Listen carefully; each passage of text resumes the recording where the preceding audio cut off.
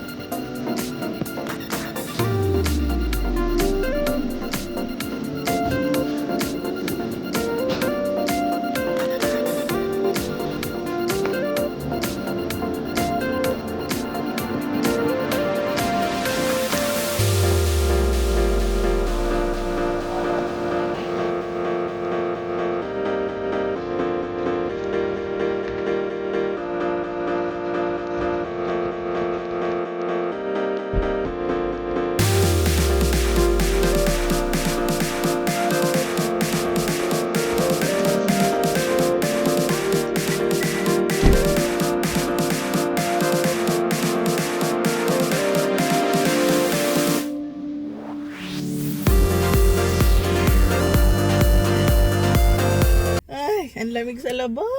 Sobrang lamig. Kahit hindi nag-i-snow sa amin, ang lamig. Ano ba ngayon ang temperature? Yan, so 4 degrees ngayon. At nandito ako sa parking lot. Bumili ako ng breakfast kasi dumiretso na ako dito galing paghatid ng anak ko sa school. So, dumiretso na ako dito sa White Rock kasi may cleaning ako dito. So, wala akong pasok sa work, pero meron akong cleaning ngayong araw. Kaya dumiretso na ako dito. Tapos, kain muna ako ng breakfast. Yan. And then, after nan, tatawag pa yung family doctor ko.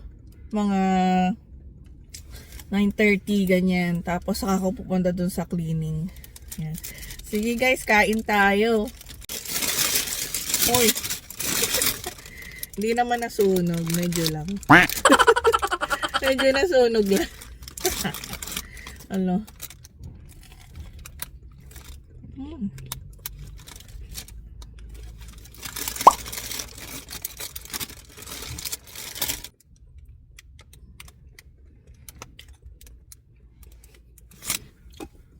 Malamig ba?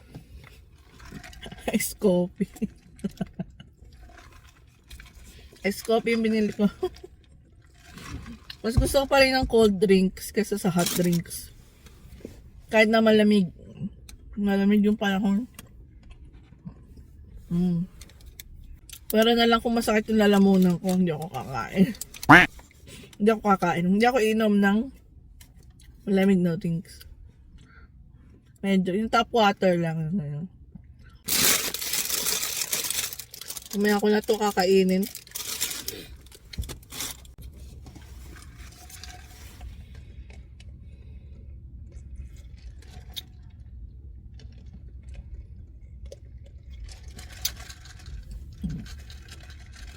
Dati binibili ko ice cup. Yung ice cup, diba? Kaso mas matamis yun.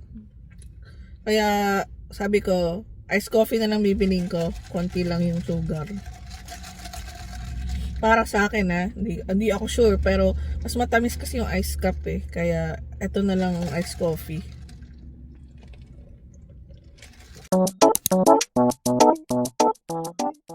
So,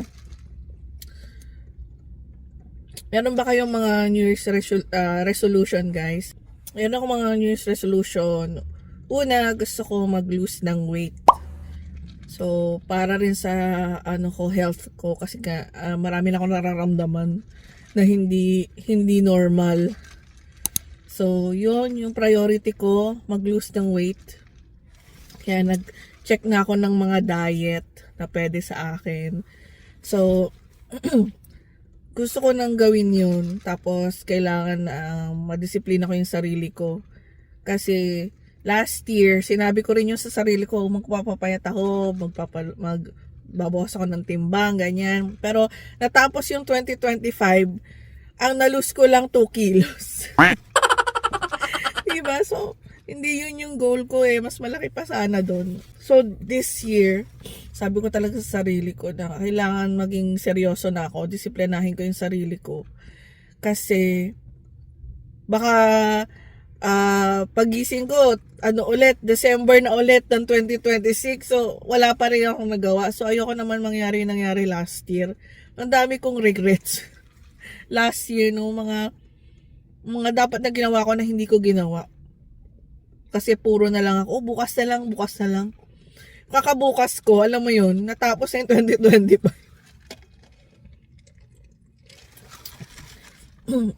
Sa akin kasi, mahirap yung diet para sa akin.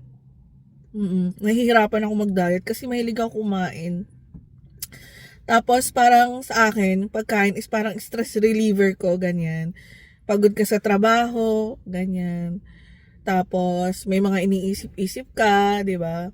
So, para sa akin, pag kumain ako, magiging okay yung pakiramdam ko. Alam niyo yun. So, kayo ba guys, ganun din ba kayo, no? Ang pagkain yung stress reliever nyo. Kasi hindi naman ako mahilig mag-exercise. Yan, Tsaka, hirap ako mag-exercise ngayon kasi ngayong katawan ko, no? Konting lakad nga lang, hingal na ako eh. 'Di ba? So, at saka sabi rin sa na-research ko na kailangan yung exercise mo is light exercise lang for now. 'Di ba? Kasi mabibigla yung katawan ko, bigla na lang high intensity na exercise, hindi maganda. Yan, sige guys, mamaya na lang ulit, baka tumawag na yung doktor ko. Sige guys.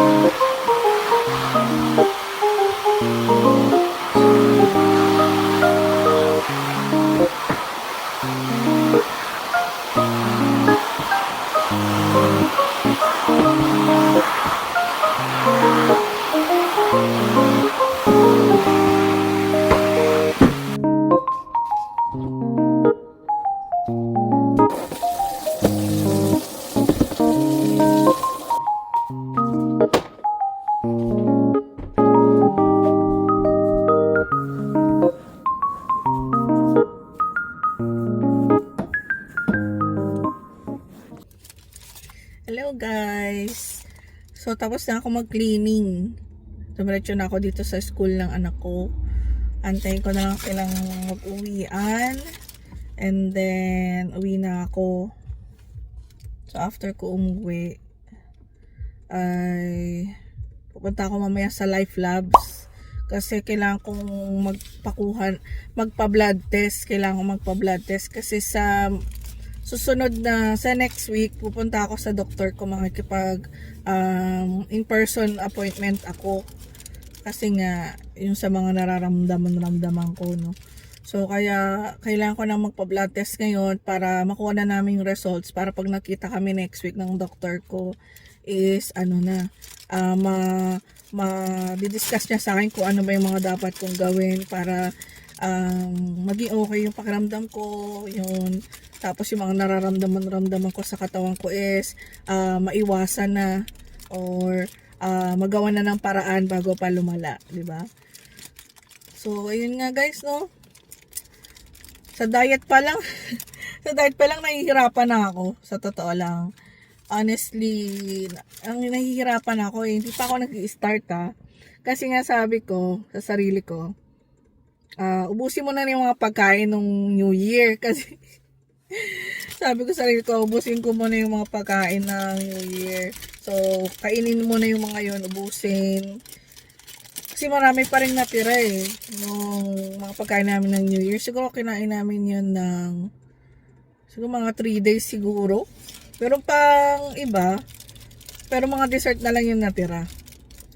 Yan. Tapos, tapos na. Ang gagawin ko naman is mag-grocery ako ng mga ingredients na kailangan ko sa diet ko. Kasi nag-search na ako ng ng parang meal plans, ganyan.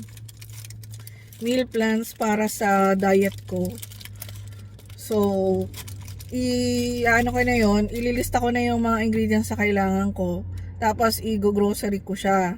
So, mag-start ako. Kailan ba magandang mag-start? Kasi kailangan ko muna makabili ng mga yun. Para pag nakabili na ako ng mga ingredients na yun, at least, for 1 week lang muna 1 week lang muna na grocery.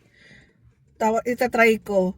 Siguro mamaya na rin. Pagkatapos ang lab test ko, diretso na ako sa Superstore. Kasi malapit lang naman din yung Life Labs doon sa Superstore. So after ko magpa-blood test, makapag-grocery. Tapos bibili na rin ako ng bigas kasi naka-sale yung bigas ngayon. 28 na lang siya. So kailangan bumili na ako. Para at least meron kaming bigas hanggang sa susunod ulit na sale. Kasi matagal sila mag-sale Hindi sila every week nagsisale. So, maganda na bumili ka na ng marami para may naka-stock na kami, 'di ba, doon sa bahay. Malaki kasi yung matitipid, sa totoo lang, malaki matitipid. Nasa 37 yata yung bigas, 38. So, nasa $10 ang tipid namin, $9, $10. So, hindi na masama, 'di ba? So, yun nga guys, no, siguro later na lang punta ako sa grocery store after Life Labs, makapag-grocery for 1 week lang na mga kailangan ko sa diet ko na gagawin para makapag-meal plan na ako.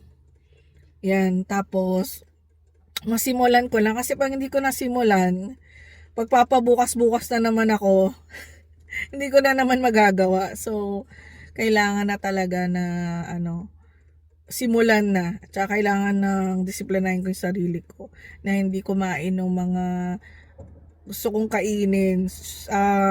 Lalo-lalo na yung rice. Nako, yan ang number 1 kong problema, yung rice. Yan. So, bibili nga ako ng alternative Sabi nila yung purple barley rice, yun, healthy yun. Mas healthy yun kaysa sa white rice. Kaya, yun ang bibiling ko. Pero, wala siya sa Superstore. Nag-check na ako kahapon. So, titingnan ko sa mga Korean store or sa TNT. Baka meron doon. Yan. Para meron akong alternative sa white rice. Yun lang guys. Sige guys, later na lang ulit.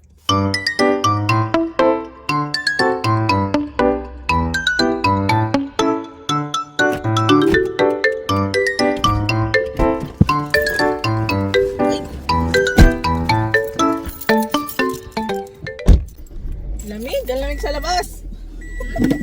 So cold. It's cold. Okay. Let's go home.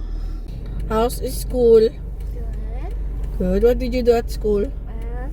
Some reading, science, more writing, French, and weather.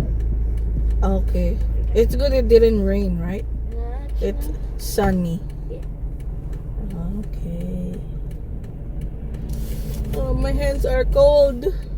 Lamig. So cold.